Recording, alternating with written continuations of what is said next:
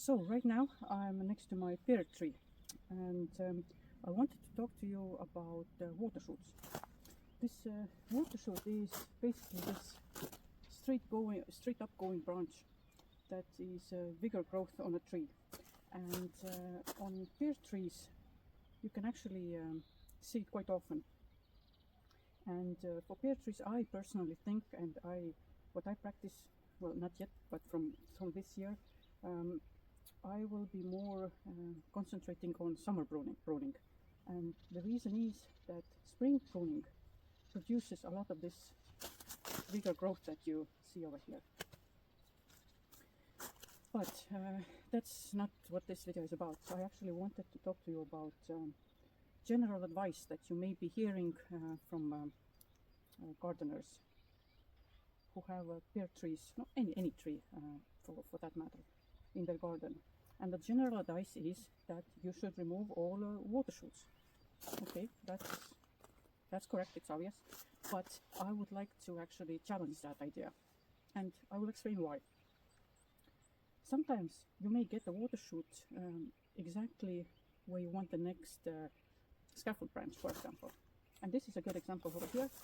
I have a water shoot that is coming from here, and it's going straight up, and it's very, very tall and upward.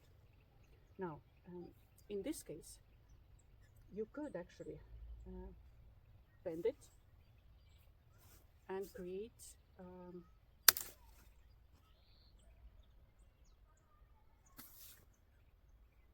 that's a bad example. Well, maybe it's too early for bending.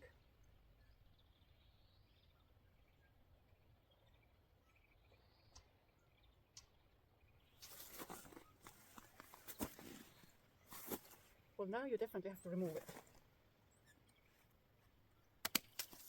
Now, I was going to remove it anyway because it's too low for me here. Even if I wanted to bend it more horizontally, I wouldn't keep it because it's too low. It's too low for me. Let's have a look at another one. Let's take this one here. This water shoot here goes all the way up straight, and but you may want to actually trim this water shoot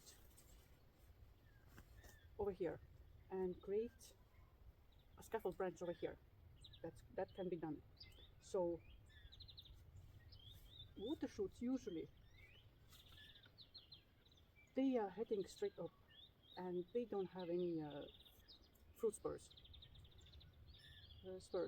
But if you train them, if you bend them and make a heading cut, you don't have to bend it as far as I did it over here, but you bend it a little bit and you make a heading cut, and just before the outward facing part.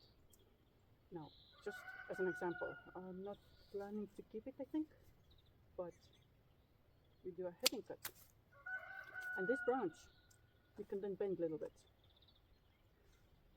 but it has to be your strategical choice. That's the only reason it makes sense to keep a water shoot.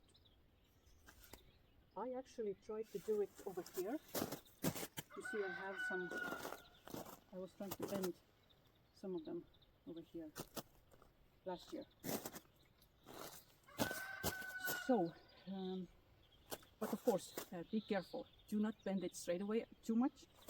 Bend it just enough, but so that it won't break, like happened to me at the bottom there. But the general rule is still appropriate, that you should be removing all these water shoots, but look at your tree and see where your scaffold branches, or lateral for that matter, where they are and where do you want to direct tree's growth. And if you happen to have a water shoot over there that can be bent a little bit horizontally, and you should use that opportunity to create that horizontal branch that will turn into a scaffold or lateral branch. That's an option. I just wanted you to know that you don't have to remove all water shoots. You you should look at a little bit open-minded. That's an option and a possibility for you.